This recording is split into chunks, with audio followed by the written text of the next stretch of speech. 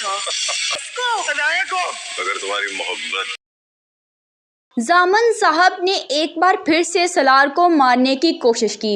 सलार जो कि अपने बिजनेस इवेंट पर गया था, वहां पर ही उसने सिलेंडर को ऐसे तरीके से सेट किया कि सब भी समझ रहे हैं कि शायद ये कुदरती फटा है, लेकिन ये सिर्फ और सिर्फ जामन साहब की वजह से ही है। सलार और वहाँ पर जो इतने भी लोग से बहुत ज़्यादा ज़ख्मी होते हैं। ईमान को भी जब ये न्यूज़ सुनती है तो वो भागी दौड़ी घर से चली आती है। उसकी तो जान ही निकल गई होती है। वो हम घर से आते हुए दुआ कर रही होती है कि सलार को कुछ भी ना हो, लेकिन जैसे ही वहाँ पर आती है तो वहाँ पुलिस का नाका लगा होता है। वो पुलिस को कहती है कि मेरा शोहर अंदर है, मुझे जाने दें, लेकिन पुलिस उन्हें उसी अंदर नहीं जाने देती क्योंकि अंदर बहुत ही नाजुक सूरत हाल हुई होती है। वहां पर खड़ी ईमान की नज़र सलार पर पड़ जाती है, जो कि भागा दौड़ा चला आ रहा होता है। उसके हाथों में एक छोटी सी नन्ही परी होती है। ईमान वहीं से चलाना शुरू कर देती है कि सलार सलार इधर मेरी तरफ आओ।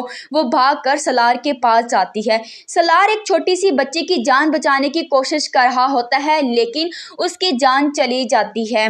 यहाँ पर ईमान को सिर्फ और सिर्फ सलार की होती है कि सलार तुम ठीक हो, मेरी तो जान निकल गई थी। तो सलार रोते हुए कहता है कि ईमान मैं उसे नहीं बचा पाया। ईमान जोर से ऊंचा कहती है किसे नहीं बचा पाए। कहता है कि मैं सनाया को नहीं बचा पाया। और यही कहने के साथ ही सलार बेहोश हो जाता है, क्योंकि सलार को भी काफी ज्यादा चोटें आई होती हैं। इसी वजह से सलार की हालत भी खराब होती है।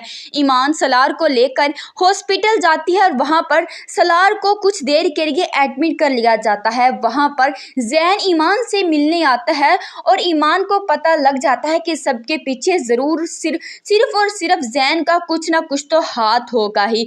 वो जैन से कहती है कि तुम जो कुछ मर्जी कर लो, मैं तुम्हें अब कभी नहीं मिलने वाली।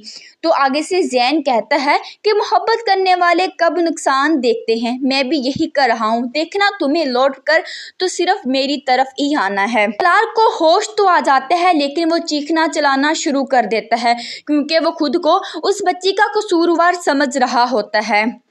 वो हॉस्पिटल से भी भागकर घर आ जाता है। ईमान उसकी भरपूर देखभाल करने की कोशिश करती है। सलार अपनी कंडीशन को भी संभालने की कोशिश कर रहा है। जामन साहब जो कि अपना जश्न मना रहे हैं और अपने बेटे कामरान से कहते हैं कि सलार शायद तुम भूल चुके थे, मैं भी तुम्हारा ही बाप हूँ। सलार की तबीयत सेट होती है तो उसे पता चल जाता है कि ये सब कुछ करवाने वाला और कोई नहीं, उसका सगा बाप जामन ही है। सलार गाड़ी से निकल कर आ रहा होता है, उसका बाप दरवाजे पर ही खड़ा होता है। तो तब सलार उसे कहता है कि अगली बार जब मुझ पर वार करना हुआ तो अगली तरफ से कीजिएगा, मेरी वजह से किसी और को नुकसान पहुंचाने की कोशिश भी मत कीजिएगा, वरना मैं लिहाज भूलने वाला हूँ। जामन साहब तो अपने सगे बच्चों का नहीं बन रहा। वो घर की जितनी भी दौलत और पैसा इकट्ठा होता है उसे एक ही बैग में डालकर वहां से भागने लग जाता है, क्योंकि उसे लग रहा होता है कि इस सारे मामले की तशवीश हुई तो ज़रूर इसका ही नाम आने वाला है। मज़ीद ड्रामा सर्विस के लिए चैनल को सब्सक्राइब कर लें। मिलते हैं आपसे एक नई वीडियो में।